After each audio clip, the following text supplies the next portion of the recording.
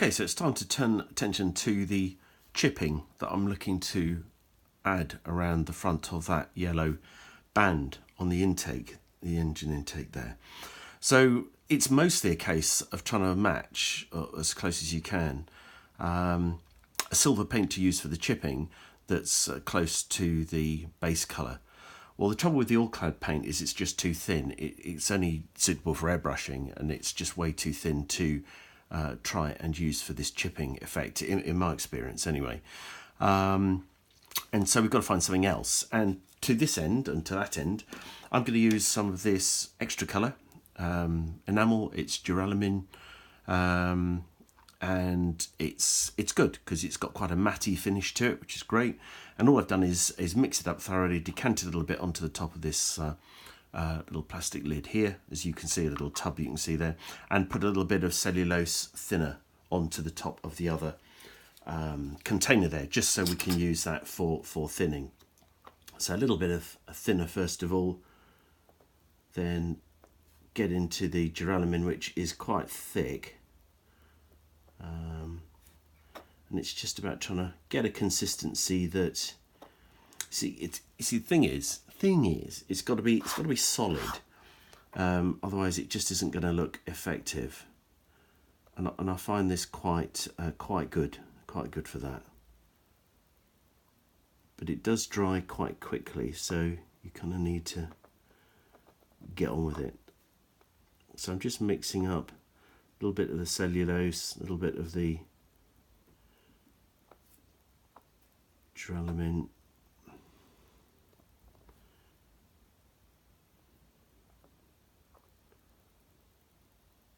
Okay, so there's enough on the brush there, and then it's just about trying to touch in just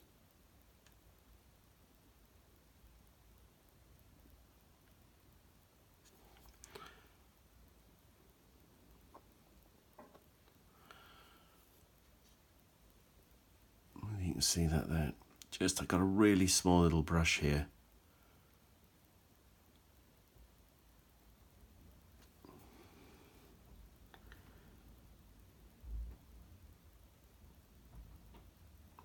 It's a real tiny little job.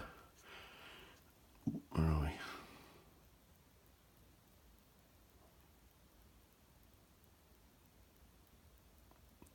few scratches. Trying to get a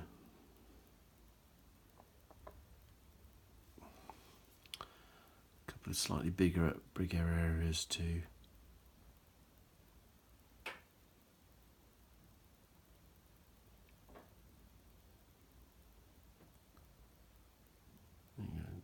That's good. I was looking for that.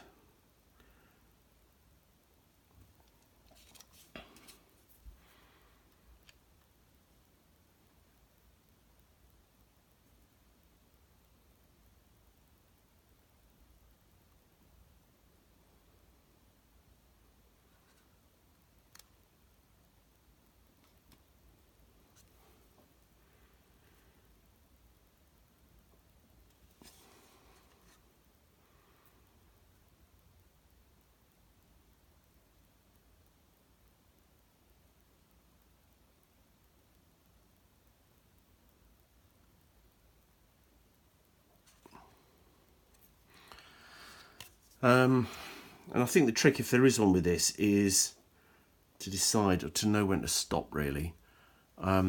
This is only 48 scale. I don't want to go mad.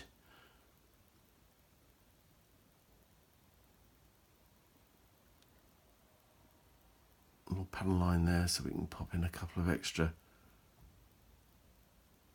little bits.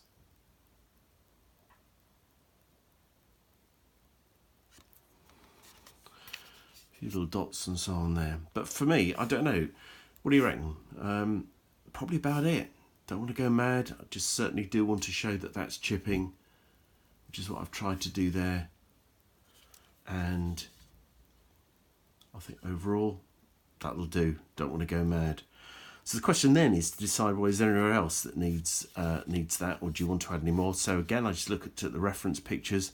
I can't actually find anywhere else particularly that's weathered and chipped to that degree as the intake ring has. However, so what I'm going to do is just add a little bit along the leading edge of this rudder here, because that would be movable. There's a good chance that that would also chip.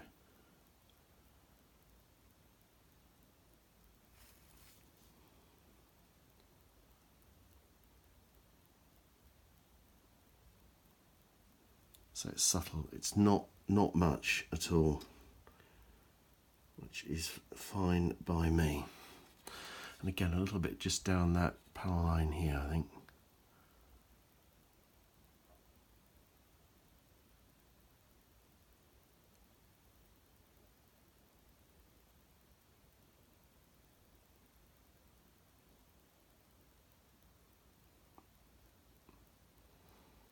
So the useful thing about doing something like that is it helps to tie in the decal. Again, it helps make it look more painted on at the end of the day, and that kind of thing. So it's subtle, but it's enough. I think it just shows that there's a bit of chipping gone on there. There's a fairly decent match there between the duralumin, extra coloured duralumin, and the dull aluminium all clad that we've used. And to that end, I'm pleased. I think that looks pretty good. So there we go. I think enough is enough. Leave that there. And then what we'll do is just get a graphite pencil and just add a few little accentuations to the panel lines across the main markings, so that the yellow roundel actually blends in a little bit more than it does. I mean, overall it's good, it's gone down into the detail, but what we want to do, I think, is just make sure that that panel line is visible through the decal. Then that's the finishing touch really, and it just helps to make the marking look as though it's been painted on, which is what we're looking to try and achieve.